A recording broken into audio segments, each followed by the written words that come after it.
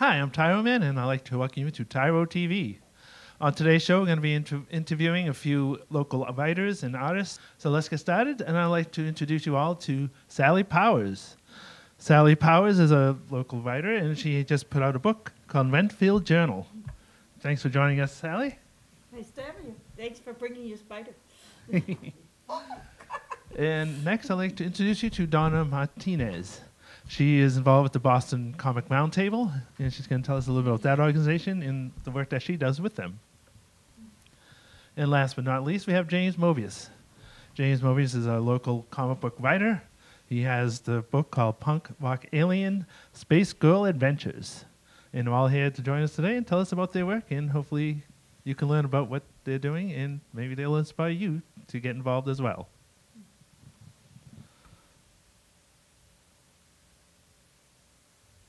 So, Sally, tell us a little bit about your book, Renfield. What is the basis of it? Renfield's Journal. Well, Renfield's Journal is a Dracula novel. People tell me I have to qualify it because these new vampire novels, they're like, teenagers in love, romance. This is a Dracula novel. And if you read the actual Dracula, it's all journal entries and letters, newspaper articles. But the madman, Renfield, R.M. Renfield, his journal entries aren't there. And it struck me as very strange because all of these famous madmen like Nijinsky, he spent his whole life writing a journal.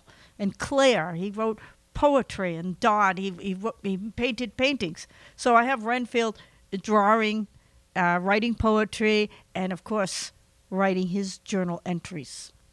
Cool. So you could read it simultaneously. Nice. So, Donna, tell us a little bit about MICE, the organization, what it stands for, and what's it about. Yeah, thank you. So I'm with a group called the Boston Comics Roundtable. We are the oldest and largest collective of comics creators in the New England area.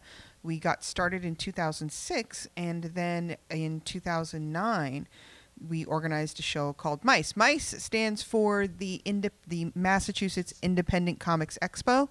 So if you go to miceexpo.org, that's MICEXPO.org, you'll find all about the show itself. It's not a media show. So it's not your Boston Comic Con, it's not your New York Comic Con or your San Diego Con.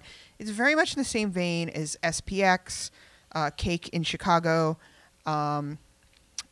MECAF in Maine, TCAF in Toronto. So it's independent artists. We do keep the focus largely on artists from New England, but the show has achieved such magnitude that a lot of creators from outside of New England are vying for tables in table space. And it's at Lesley University, usually in the fall. This past year's MICE was the 19th and 20th on Saturday and Sunday. It's free to the public. Kids are welcomed and encouraged. We do have artists' booths set up selling everything from comics, of course, to jewelry, to a lot. This year, I noticed a lot of people had tarot sets. Wow. So that was really interesting to see. We do have workshops for grown-ups and kids. So it's just a really great time, and it does stay focused on the comics part of comics. So you're not going to see, the guy who played the fourth alien from the left on Next Generation in an episode in season 2. I mean, I love Next Gen and I love, all that kind of thing, but MICE is not that show. And as a comics creator, as a comics person, I love that more. Very cool. So, James, tell us about your comics. This punk rock alien space girl adventures. Yeah, well, here's a copy of it now. Punk rock alien space girl adventures. I came up with an idea 14, almost 15 years ago now. I thought that would be a good Saturday morning cartoon. Do those still exist? They don't, do they? But I thought it'd be a good idea for an animated series. I came up with a design for the main character and a bunch of concepts. And then I wrote and recorded a theme song for it, which is you can find it on YouTube very easily by name. It's kind of punky, Ramonesy. It sounds like a old-fashioned rock and roll cartoon theme song. It was fun. And then I sat on the idea for years. And I said, I really got to, I'm in the BCR, the Boston Comics Roundtable, very inspiring group to be with. finally started, and I said, well, why don't I couldn't come up with a story idea initially, so I took the lyrics from the song and I made a 3-page comic using those, which is not a standard comic. There's no dialogue. Well, there's a tiny little bit, but mainly it's just, Susie was a cool chick from outer space. That's the first line, and you see a picture of her. She's got her bass guitar. She's named after Susie Quatro, famous legendary rock and roll bassist, the original Riot Girl. And and I got a lot of positive response from my peers, especially women really just seeing the first picture would routinely say, she looks cool, I want to read about her, which is very encouraging. But it still took me a few more years to actually sit down and start writing. And finally, within the last year, I spent about 6 months drawing a 31-page story, which is in that book. And I self-published it, had it printed by a company in California that does that. And I sold some at Mice and at Boston Comic Con. Oh, it's called Fan Expo now, yeah. Through the BCR table there. And another show just last weekend. And I'll be at South Shore Comic Con in December. Oh, okay, cool. Nice. So where did you guys get the inspiration to do these books? Oh, well, mine's pretty obvious. I was in a production of Dracula. I really wanted to play Mina, the young, new age woman, and the suffragette from Dracula. And when I got cast as Renfield, I was a little bit, I thought it was a joke. But the director, Michelle McVeigh, was really, ahead of her time into this transgender thing. And she's very strong in that community. And she says, oh, no, you can do this. So I'm playing Renfield, and she had us all write our character's bio or something like that. And that's where I got the idea. I says, no, I should write his diary entries. And at the time, I was a tech writer with an agent and everything. So I ran the idea by my agent, and he loved it. He says, you have to write that. Cool. So I did. Oh, good. Cool. It's a very cool concept. Yeah. So I don't have anything here on the table. I've done. That's not entirely true. That's not entirely true. There's a small Sunday comic strip style strip that I did called Little Susie, which is about Susie as a little girl, and she has a playtime with a little. Well, I named the character Kid Squid or Squid Kid. I can't remember. Read the comic and find out. And it's just a cute little gag strip. It's not a drag strip. I can, we can talk about drag. I don't think this is a different show. So yeah, I did that, and my inspiration was James nagging me to do it. So I've worked with a lot of other writers in my time with the BCR. So usually the writers will come to me and say, I have this story, read my script, what do you think? So if a script strikes me the right way, then yeah, I'll go ahead and I'll draw it, and I'll try to be as honest and true to the writer's vision as I can. So that usually involves doing a lot of research, asking the writer a lot of questions, occasionally doing rewrites. For my own personal work is very much inspired by what goes on with me emotionally. I have a small mini comic that I sell usually when I do table, usually with the BCR, but also with my husband, who's a fellow BCR member and cartoonist, Joey Peters. His work can be found on superwizard.net. I did a strip about what it's like to have a panic attack, because I did the strip after I had a really severe panic attack. And in the comic, in the story, it's about how somebody feels something in their throat, so they decide to remove it, and it's a weird little alien thing. So I did a couple of stories in that vein. The next story I want to tackle is called Lost in a Black Forest, and I want that to be sort of my Victorian Gothic romance, and I'm very much inspired by the work of Becky Cloonan.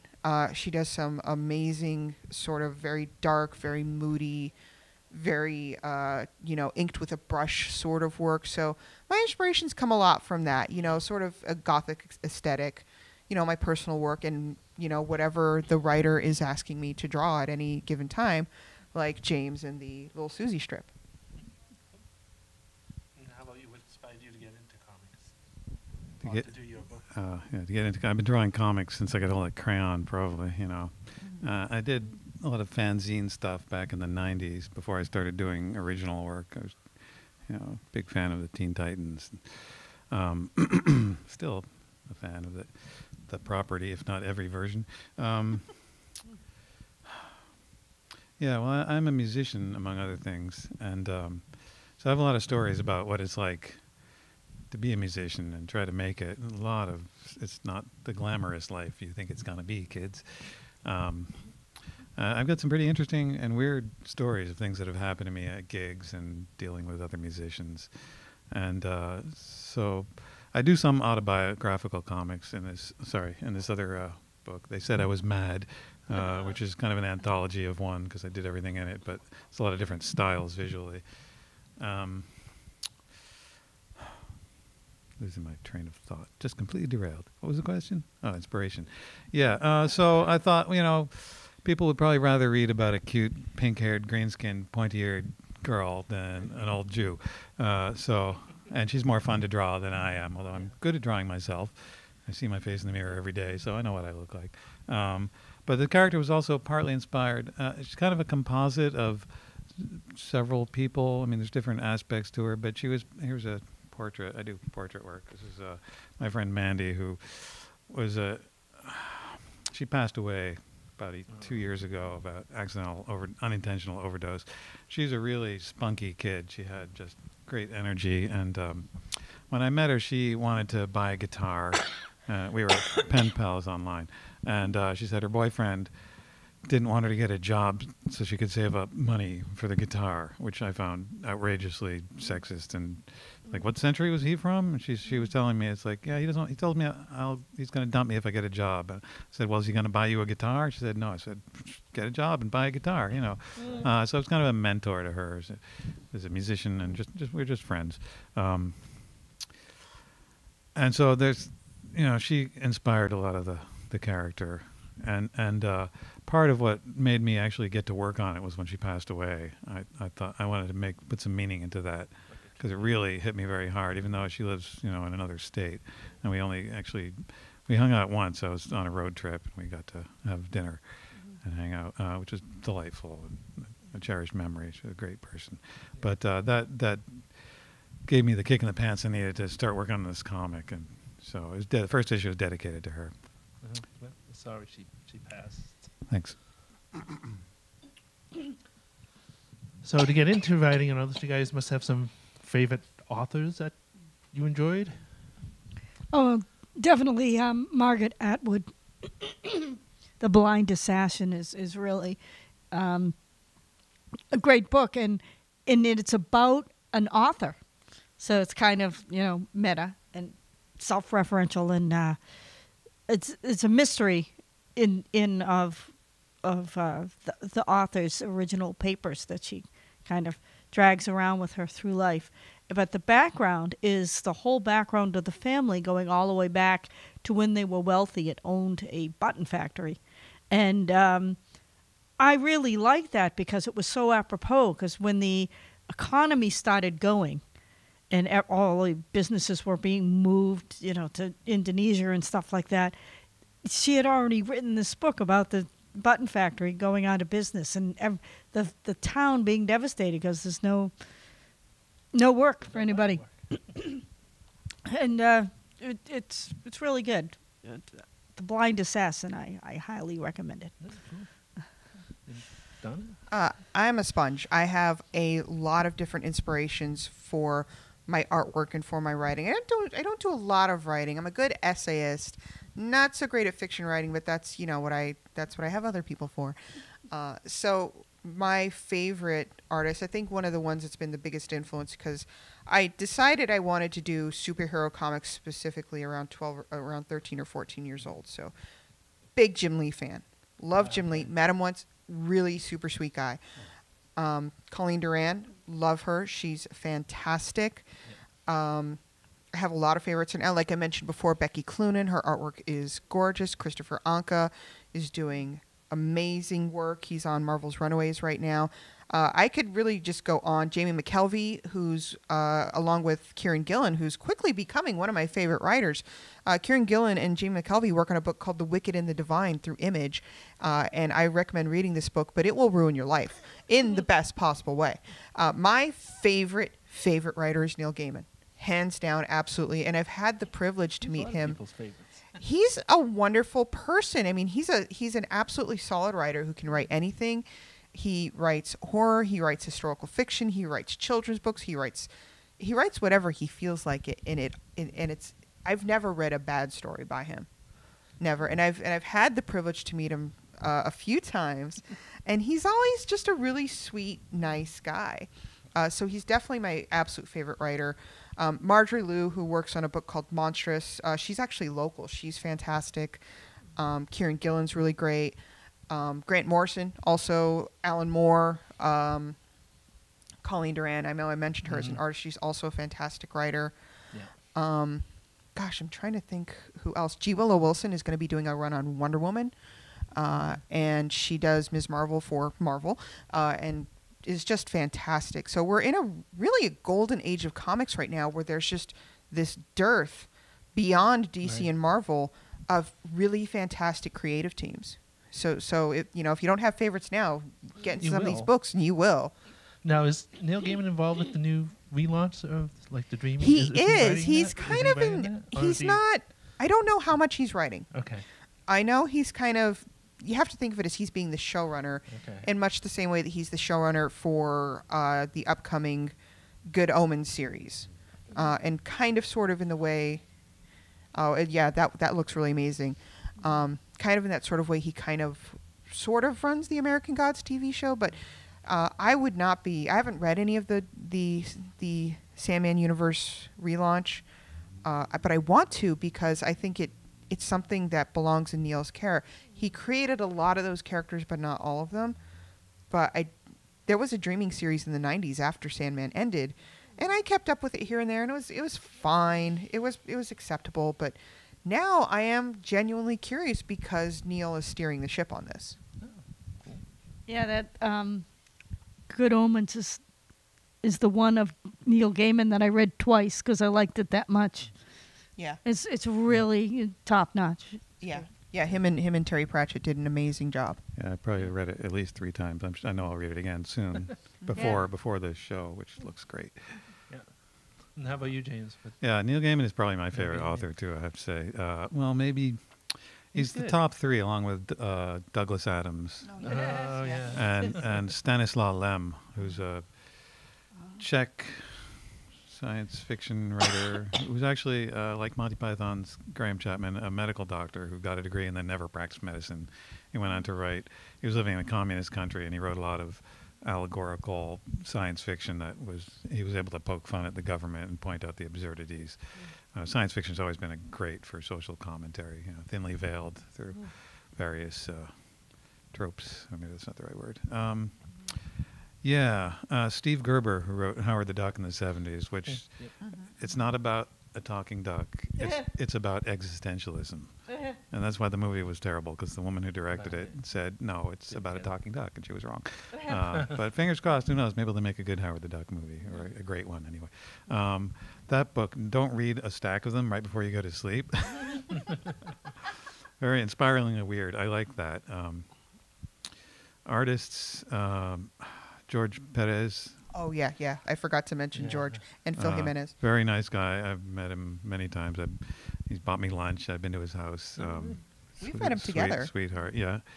I worked on Give a me an comic. intro. I mean, geez. Yeah, I worked on a comic with Neil Gaiman, technically. He co-wrote a book of Voltaire's. No, he co-wrote this comic with Voltaire, Teddy the Terrible Teddy. I think it was issue 3.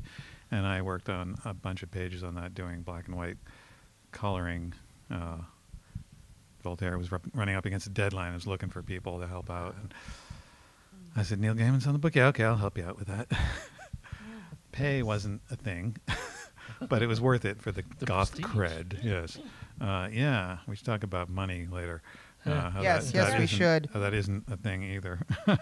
I want to say But it can Dave be. Stevens is the greatest comic book, the late great Dave Stevens. I think most comic book artists, no one will say there's anybody better than him. He was brilliant. He was well known for having popularized Betty Page in his Rocketeer comic books, and he found her and helped her start to get money because people were exploiting her images, and she was living in like a trailer somewhere in the desert. And she'd become reclusive, and people were making money off of her image, and he managed to correct that so that she was starting to get a piece of her pie, rightly so. He was brilliant. I wish he had been more prolific because he did so little, but he was such a perfectionist. I could talk forever about all the great Wally Wood and Frank Frazetta, all the great comic book artists. But We just lost Bernie recently. yeah, Yeah. Mobius, the French artist, Jean Giraud, very nice guy, no relation. I met him. I had a hilarious unintentional meeting with him. He was leaving a convention I didn't even know he was at. It was Little Boston Comic Con. This would have been in the 90s probably. Yep. And I saw, I'm like, holy expletive deleted, it's Mobius.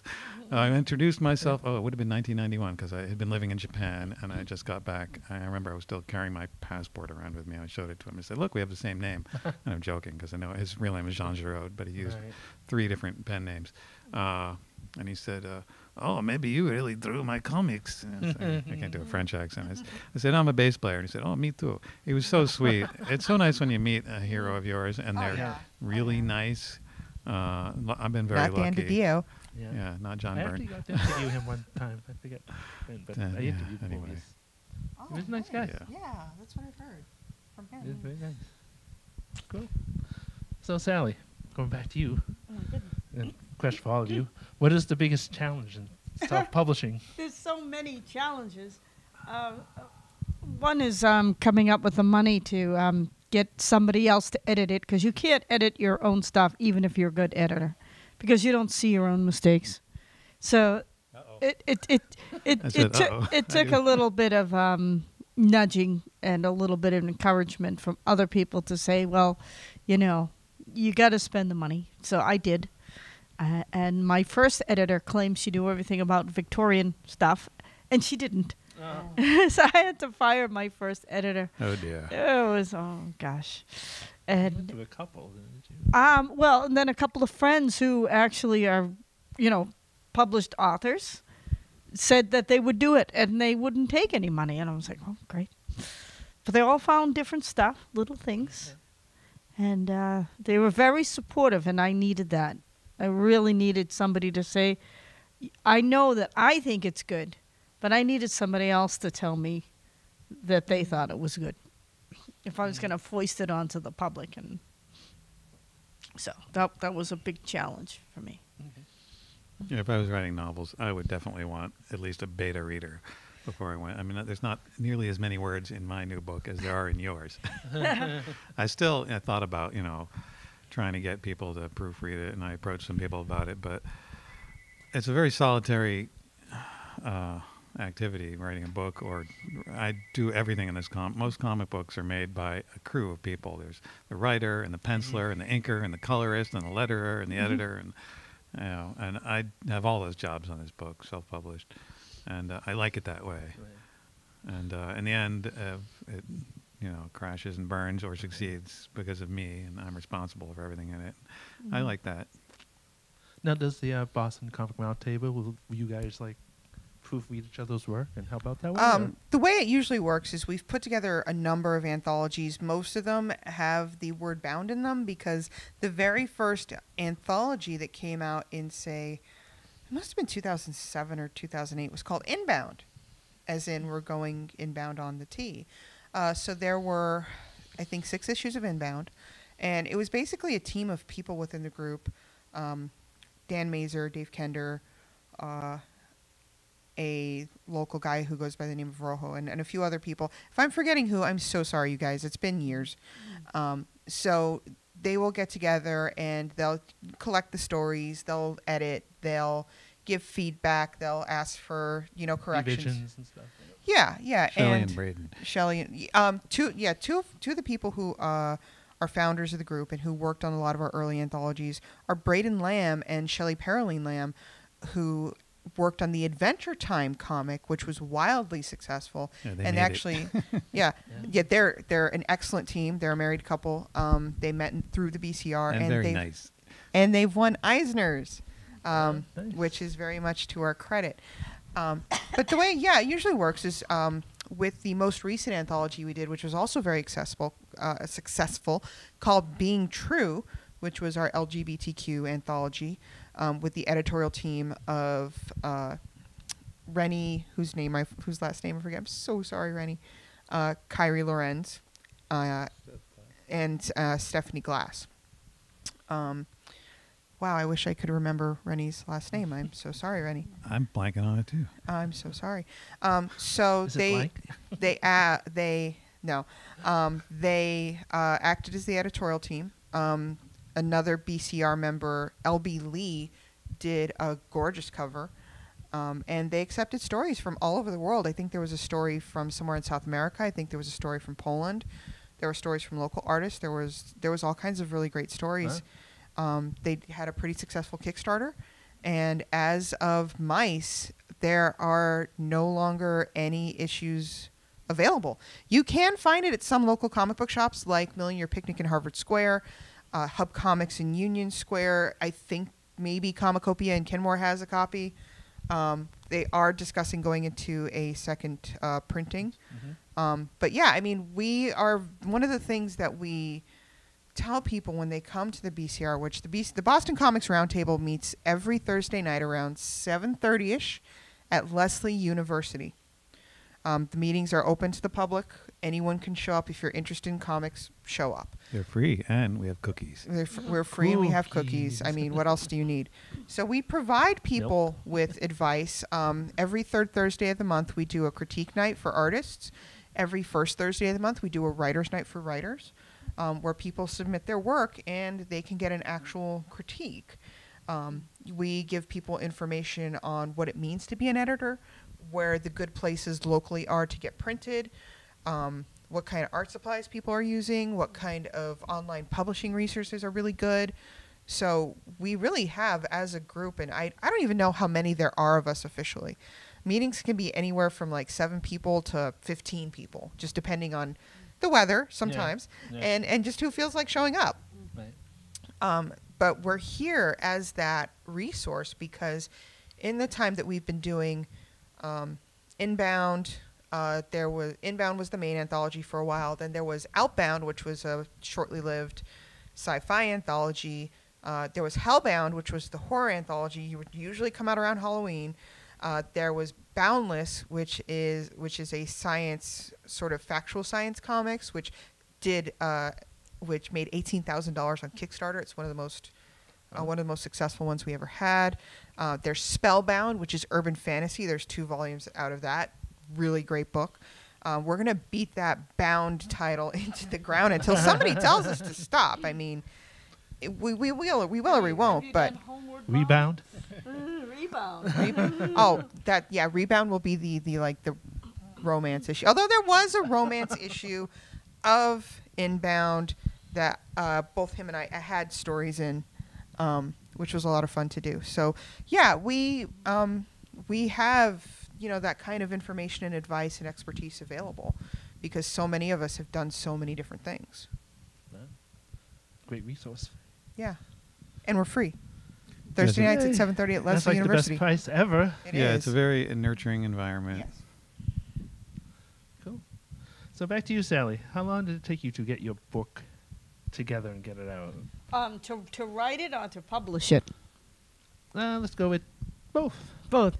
To write it, I wrote it over a 7-year period, but in the middle of that, I got a gig. I'm a programmer, and for 2 years I was programming 70 hours a week, and I only wrote 20 pages during that period because I forced myself to take a 2-week vacation, and the creativity just flew out.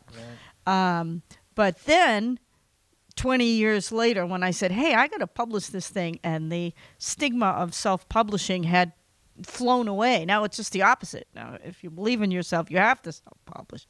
So then it took 2 years for me I had to get it edited, and then I had to proof every edit, so you have to read it very carefully. And then I designed and made the cover, and did all the artwork, and then I did all the typesetting. And considering I still have to work to pay the rent, it took 2 years to do all of that. Yeah. How about you guys? Well, I guess it's a little smaller work because you're talking a comic as opposed to. Well, yes and no. Yes and no. Because it really depends on the comic. I mean, obviously, for the anthologies that the BCR has done, there are definitely deadlines. Okay. Boundless took about, I could be misremembering here, it took about 3 or 4 months. Maybe a little longer, maybe more like 4 to 6 months. So that's sometimes anthologies can take a year. Individual work, this widely varies, and I do want to say that if you're working just for yourself and you don't have a deadline, there's no perfect way to do it.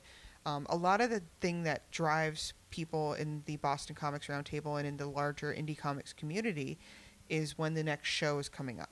Mm-hmm. So you want to have a new book by this next show. So you want to, start your process, whatever the process is. For me personally, when I have a story idea, I do kind of write it out and take notes, do a little research. I'll do thumbnails on graph paper, and then I will do sort of larger layouts in a sketchbook.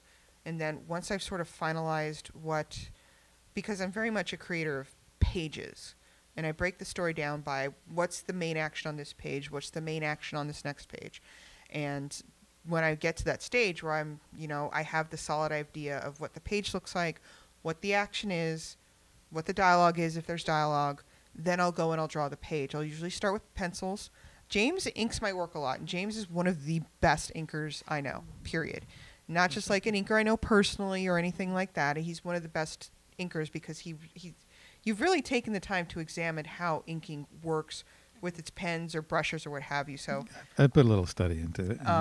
Also, I'm lazy, so he also does backgrounds for me sometimes, which is fantastic because I'm not good at it. I'll do very tight, clean pencils. So the figures will be very solid. The backgrounds will be mostly there. It'll be very, no underlines, no faint lines. It'll be very clean. If I'm doing something for myself, I might do very light lines. I might do just sort of rudimentary figures and faces, and then I'll go in with pens. Usually I do usually use pens. Brushes are still a little scary. I'm sort of working my way that way. But if I know what a page looks like and I know what the character's doing, I'll just go in and I'll do almost what we would call live ink, which is no pencils. I have done a handful of stories where they're just live ink. But that's treacherous and something you maybe just want to do for fun. But if I know what I want, I'll just go in and draw it because, when you ink something, it is kind of like you're drawing it twice. And it's not tracing because you're adding depth, you're adding texture, you're adding shadow. But if I know what I want, I'll just go in and do it. For me personally, the hardest thing is getting started because when you're somebody who has, say, a very stressful day job, or you're somebody who's struggling with emotional and mental health issues, getting started can be incredibly difficult. And make no mistake, like, we're not in independent comics to make money, which isn't to say that there isn't money to be had, but it's a hustle. It's not something you can sit on. There's another BCR guy by the name of Dirk Tiede who he's at every single show. His work is gorgeous. I can't remember the title of his book. But he's one of our best guys. But he's at all the shows. He's very organized. It's not something that if you want to be successful at it, that you can slack at. I mean, I know some people who do it as a hobby because they want to do something, they want to create something. But if you really want to make a name for yourself, it's a hustle. You got to be on Instagram. You got to be on Tumblr. You got to be on Twitter. You've got to be being out there at conventions. You got to have books ready. You got to make the books. You got to order the books. You got to, and a lot of times it's done at a loss, but we do it because we just have this compulsion and this drive and possessed by demons and all kinds of horrible things. If we don't do it, we'll fall into the abyss, and God knows what will happen there. Yeah, I want to talk about money. We should. That's a direct quote from a cartoonist I know named Lenny Peterson, who was a teacher of mine at Berkeley, who came in early Oh one, yeah, one Friday morning. his comics are fantastic. He came into class one morning and said, I want to talk about money. He's talking to music students about how tough it is to make. But this book, based on my hourly rate as a carpenter, I've broken this down. It's going to annoy Donna to talk Yes, about. it is. I put $40,000 worth of labor into the production of this 40-page comic, excluding a lifetime spent learning how to draw and do comic book storytelling, which is a medium. You never stop learning. It's not a genre. Yes, that's absolutely true. I learned a lot making this book. And then I printed 50 copies, and that's a small print run. The more you print, the less it costs per copy. But how much are you going to lay out for I thought it's like about $250 with shipping and all. So they cost me $5 a piece to produce, just material cost. So I sell it for $10. I was going to ask $8, and my peers in the BCR said, no, you have to charge twice what it cost. And $10 is a reasonable price for a 40-page full-color book with no ads. Average person expects, to get a comic book. It's 22 pages of stories, maybe 14 pages of ads, and it's $3 or $4 nowadays. So some people, like I was at a craft fair, Black Market Flea the other day, and it's not really a comic book shop. It's my first time trying it out. There were a few people selling comics there. And people, a lot of them were turned off by the price because they're not used to paying that. I sold one copy of that and one copy of this. So, yeah, I paid $30 for my table at that con, and I made, $8. At Mice, I paid $60 for my table. I made $122. Half of that is eaten up by the table cost, and the other half by printing costs. So I made nothing. I broke even, which is not bad, actually. But I'm not in it for the money. I'm in it. Right. It's a labor of love. Those real statistics will never dissuade me from plowing forward and continuing to produce more. If I can just break even, I'll be happy. I just want my work to be out there. You can read it on Facebook. I publish it online on a number of forums, which we'll talk about at the end, I guess. Yeah, if you're in it for the money, get out. You gotta love being a creative person. If you're somebody who's looking to make a movie and you're shopping around your script as a graphic novel so you can get free storyboarding out of it, get out. Just get out. We don't need you. Come to thank you. Come to comics with dedication and a love for comics. And like I said, people do this at a loss, but we do it because we're compelled to, and honestly, because we love comics. Yeah, great. So, what advice would you guys give to somebody new thinking about doing this? Oh no, I don't know what to tell them. I just had to do it. I actually had nervous anxiety, running anxiety for months on end. Every time a deadline would come, the biggest deadline was 1997, which was the 100th year anniversary. And I had finished most of it. I didn't really finish it until 1999. And I'm like, if I published it now, then I could have this great ad campaign because it's coming out 100 years later. And I would drive around being anxious, saying, I don't have time to write today. I have to finish it by the deadline. Yeah. You can't rush art. You can't rush art. So I don't know, how does that fit in with advice to people? You just got to do it. You just got to do it. You have a need. Yes. And I had to do it right. I couldn't do it slapdash. I don't think anything slapdash is worth doing. You got to do it right. As an artist, the thing that I tell other people who are aspiring artists, especially younger people, is to practice drawing what you don't like to draw. Because when you get older and you're really good at, say, figures, like I am, but then you're lousy at things like buildings and cars, you feel it. Because then when you have to draw something that has buildings and cars, and you will, you don't think that you will, but you will, it's pain. It's pain and it's suffering. And you don't have to put yourself through pain and suffering if you just practice drawing these things as often as you can. And also just complete your projects. One thing that Neil Gaiman says is that to be a writer, you have to write and finish what you write. I have also had people tell me, because I do kind of have this really terrible perfectionist bent, which does get in my way a lot of the time, and did unfortunately happen to somebody like Dave Stevens that James mentioned. And you have to understand, Dave's art was perfect, but in his own mind, it was never good enough. So I think he maybe drove himself a little crazy. He died of cancer. He didn't... Leukemia. He started taking art lessons late into his career. He didn't was need them. self-taught. Let's just be very clear. He didn't need them. Yeah, everyone but him agrees with that statement. And certainly I understand that too. A few years ago, I took a class on autobiographical comic making, which I didn't need. I did kind of do it as a favor to a friend of mine who was giving the class, but I took it anyway because you do never stop learning. But if you have a perfectionist bent, let go of it.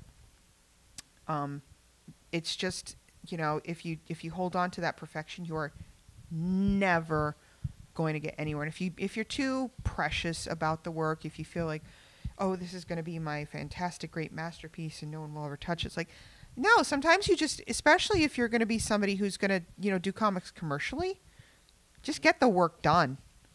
Just put the lines on paper, get the work done. In your first year, if you're working professionally in comics, do your very best, at least in the first year, to not blow your deadlines. You want to be that reliable person. You want to be the person who can get the work done. And even if it isn't necessarily to your standards, at least you're getting it out there and you're getting it done. And the more you do it, the better you're going to get at it. So that's my advice to young people, is just work at it, finish your work, don't be too precious about it, but certainly do it, practice doing the things you don't like to do. Yeah, we have a friend, Ken Gale, who's a comic book writer. Who you know. I know. You know Ken. He says We interviewed him too. You need three things if you want to work in comics for like DC or Marvel. You got to be good, you got to be fast, you got to be nice. Mm-hmm. You only need two of them. Yeah. If you're good and nice, they'll forgive you if you're not so fast. And you can extrapolate the rest of the formulae from that. I never feel like I'm good enough either. I mean, I drew this comic and then I spent 2 weeks. I draw the old-fashioned way, ink on paper. I drew it in pencil and then I ink it. Me too. I scan it and I use a Wacom tablet, a digital pen to do the coloring. But it's still, it's like working with a paintbrush. You're doing it by hand. It's not like I just press bucket fill, because it doesn't work with my art. Because it won't do work. If you do your line work on a computer, you can get away with that because the lines are perfectly smooth. But when you scan an ink line drawing on a microscopic level, the edges are really rough and you get a white glow, and you can't do it even if you're really careful. It's impossible. And I will not become a digital inker until my eyes require me to, as Brian Boland had to, a great ink artist who had to switch to digital because his eyes were failing him. And he said, it took him 2 years to learn to do on a computer what he used to be able to do acoustically, so to speak, the old-fashioned way. And his only regret was now there's no original to sell because it's all just a file, ones and zeros. But, advice to beginners. You got to do it because you love it. That's the real and most important thing. The big problem with comics in the 90s, in the image age, was there was a generation of comic book artists who learned to draw comics only by looking at comics. Whereas the good artists like George Perez, Dave Stevens, once upon a time John Byrne was a good artist. He still is. I'm kidding. As long as someone else inks him. They learned from looking at human beings and animals and real life and photographs and paintings. Traditional artist approach. You need to do that. Otherwise, you're going to end up with muscles on muscles that don't exist and pouches everywhere. Lots of teeth.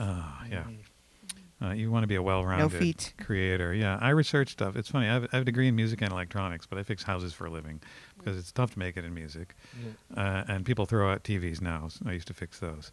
But no one throws out houses. But working on houses, I learned what they really look like. Like I know most rooms have baseboard. Like I'm looking at some right now. And I look at comics. I was looking at one that was drawn by Ed Baines, who draws beautiful women and nice cheesecake comics. But I'm looking at a kitchen, and it was Birds of Prey, and the tiles on the wall in this kitchen are 1 square foot, and that doesn't exist. Nobody has 1 square foot wall tiles in their kitchen. It was really bothering me. I was like, windows agree. aren't drawn They don't. accurately. Yeah. So, and everything in my life, everything I look at is art reference material. Whether it's I'm looking at pictures online or just walking around. Yeah, I it goes absorb back it to all. that practice drawing things you don't like to draw. Yeah. Oh, I just came up with one because of what you said. Okay. This is a period thing, and you got to do research. So even if it's not period, you have to do research. If you're writing and your Do your character is research. a doctor, you might want to just like read about some doctor things so Right. he can be or she can be real. Yeah, make some real references. Yeah. and things. Yeah, because there's no such thing as a 1 foot tile on a wall. It just doesn't happen. I mean, it's possible, but I've never seen one in 16 years as a handyman. As a musician, I like to draw realistic musical instruments. It's one of my pet peeves. Artists who've clearly never looked at a guitar are drawing these absurd things that are... I mean, if you have a cartoony style, you can get away with it. But most mainstream comics are a little more on the realistic side, I think. I like that. Giselle Lagasse, a French-Canadian comic book artist, draws a book called Ménage à Trois, and she's got a new one coming out called Exorcisters. She's also worked Supernatural. for Archie Comics if you're looking Yeah. for her family-friendly work. Yeah, she does some naughty stuff. She's beautiful, beautiful work. And when she has musicians in her stories, and I noticed the guitars were like, this could be an illustration in a catalog for selling guitars. And I was lucky enough to meet her at Fan Expo at Boston Comic Con and talk to her about that. She said, well, I'm a musician too. So she knows what they look like and took the time to draw them accurately, it's just as easy to get these things right. Right. Well, right in October right now, and Halloween's around the corner. So I'd like to ask you guys, what's your favorite scary movie? Well, I think Silence of the Lambs was the scariest movie I ever saw because I'm the type of person who laughs at The Exorcist and titters through The Omen and all the deaths and the sheet of glass comes and cuts the guy's head off. I just thought it was funny. But Silence of the Lambs, that's based on a real guy. I mean, this could really happen to you. Somebody could decide to eat your face, and it's just not good. But I want to mention the Francis Ford Coppola Dracula. He calls it Bram Stoker's Dracula. When I first saw it, I had just read the book, and I said, no, this is wrong, this is wrong, this is wrong. Now that I've seen it 4 or 5 times, I'm thinking it's a piece of art. It's beautiful. All the in-camera work, the costumes and the music. Costumes and the music are fantastic. Maybe the casting was a little wonky. Keanu Reeves, no. But, Anthony Hopkins, definitely. Yeah, he's a honey. And Richard E. Grant, fell in love with him as Dr. Seward. He was perfect. It was just wonderful. I'm one of those goths who doesn't like horror movies. Because they don't like...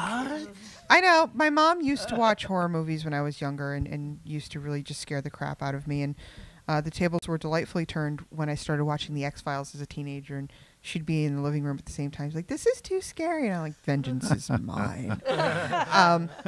I don't like gore horror. I do like suspenseful things. One movie I saw recently was Guillermo del Toro's, who's probably one of my favorite directors, Crimson Peak, which is this really gorgeous, sumptuous, dark, just amazing gothic romance story.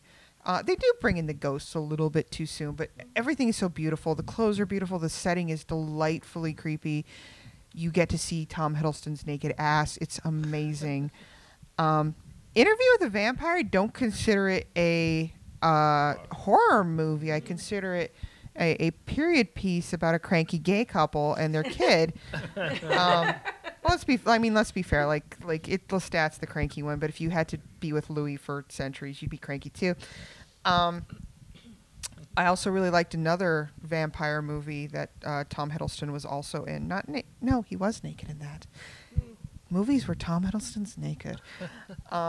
Called Only Lovers Left Alive, which features Tilda Swinton, and they play a vampire couple named Adam and Eve. There is the slight implication that they are that Adam and Eve, but it takes place in Detroit in sort of the underground rock scene, and he's a the character Adam that Tom Hiddleston plays is a musician, and Tom really plays these instruments. You would love this movie. I would too. And it's just dark and moody, and they're coping with the fact that title again? Only Lovers Left Alive. I meant to see it. Well, yeah, we have to see it. I'll get around to it.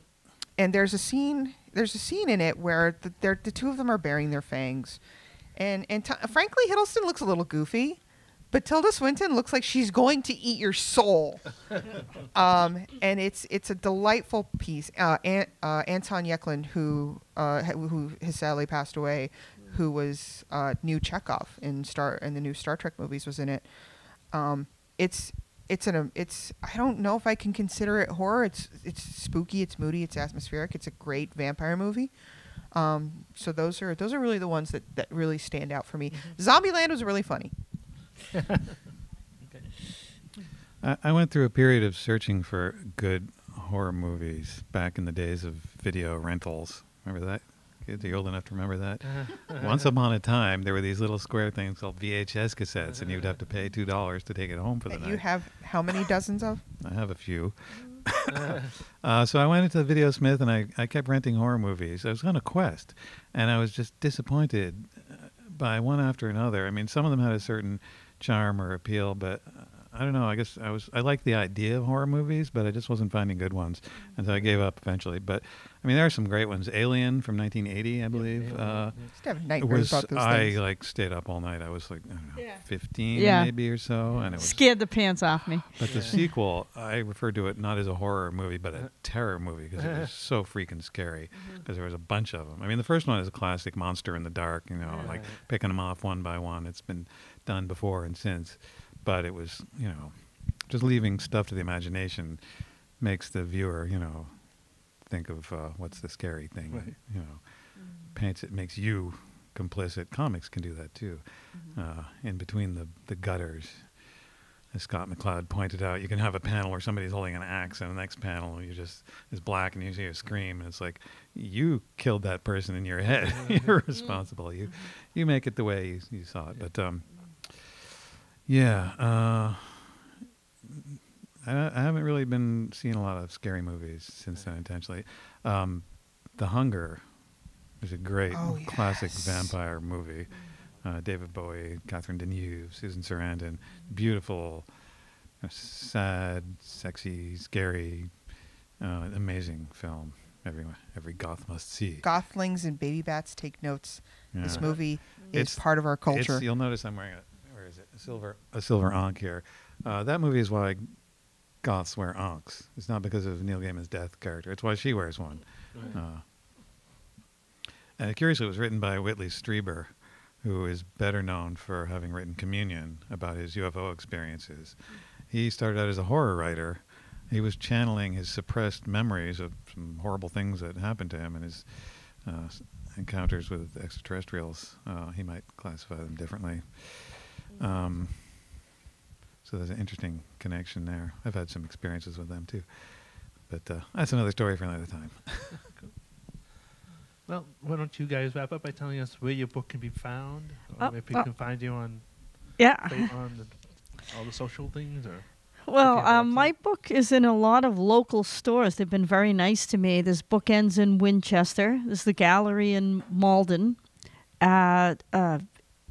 Burlington's used book superstore, in theory, has them. I haven't actually seen them there, but they say that they have them. And one other place. Oh, Pandemonium in Cambridge, right down there. Yeah, you go to Pandemonium. Central Square.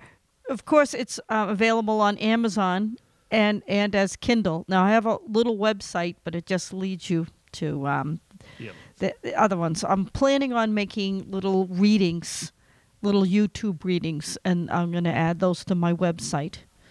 Cool. And you should be able to find it by looking up Renfield's Journal. Okay. Mm-hmm. So, books by myself and the Boston Comics Roundtable. All of our anthologies, inbound and a single bound, boundless, whatever. Someday we'll retire that. I don't know. We talk about it. I don't know. Boston Comics Roundtable books can be found at finer comic book shops in the area. Some I've mentioned before: Million Year Picnic, which is in Harvard Square; Comicopia, which is in Kenmore; Hub Comics, which is in Union Square. I do also believe the New England Comics in both Harvard Square and Coolidge Corner also carry them. That's where you'll find some of my work.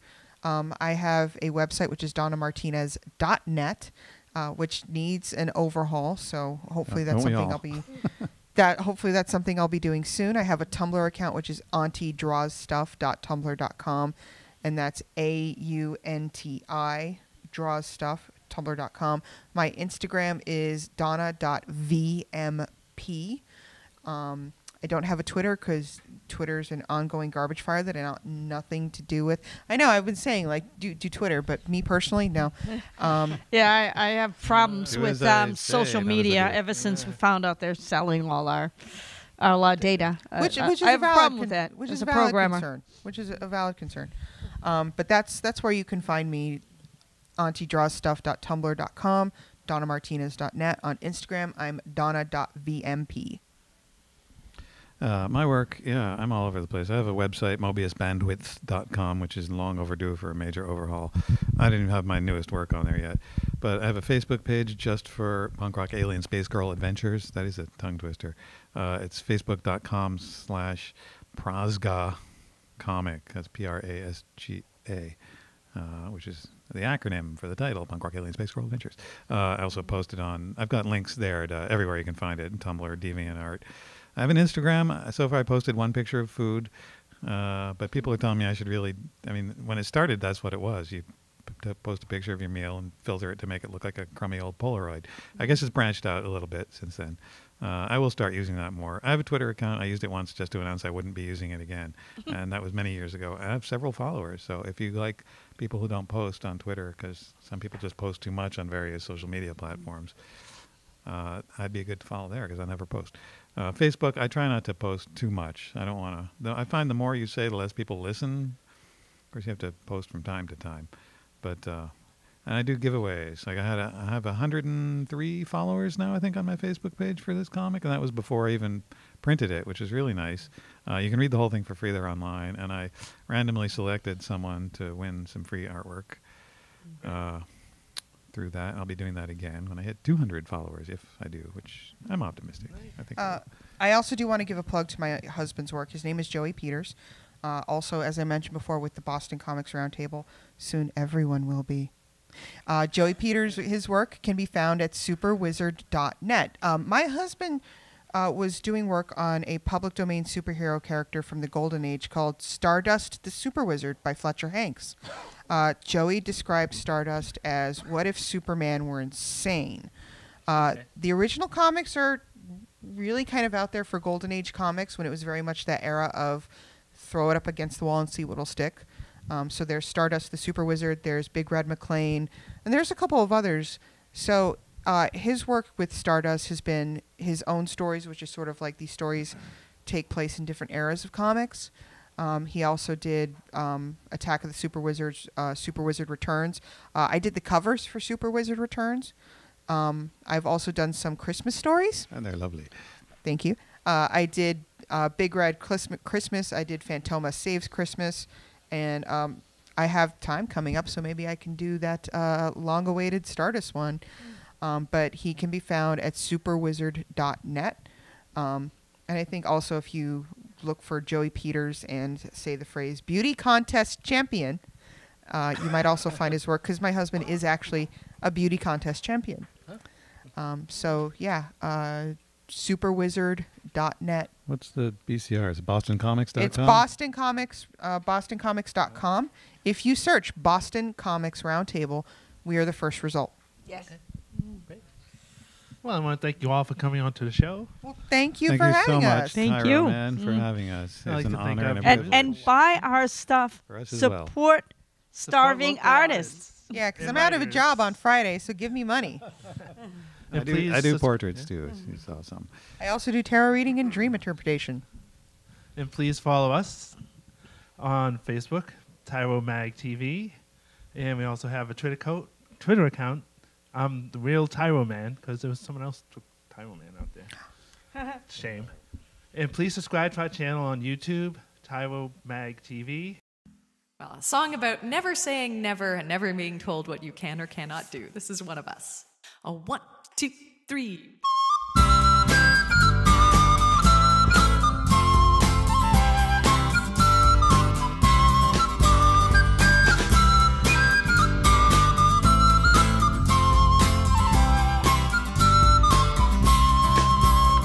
Before I got to fighting, or when fighting got to me, I looked to find examples on the field of chivalry, and I saw mighty arms, much stronger than my arms could ever be.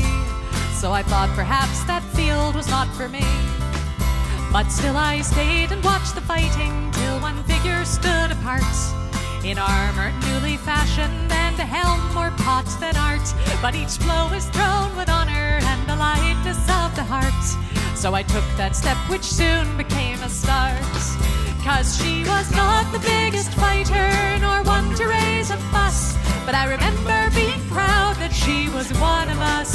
And we might never stand together in a shield wall side by side. Because of her I lift my sword with pride.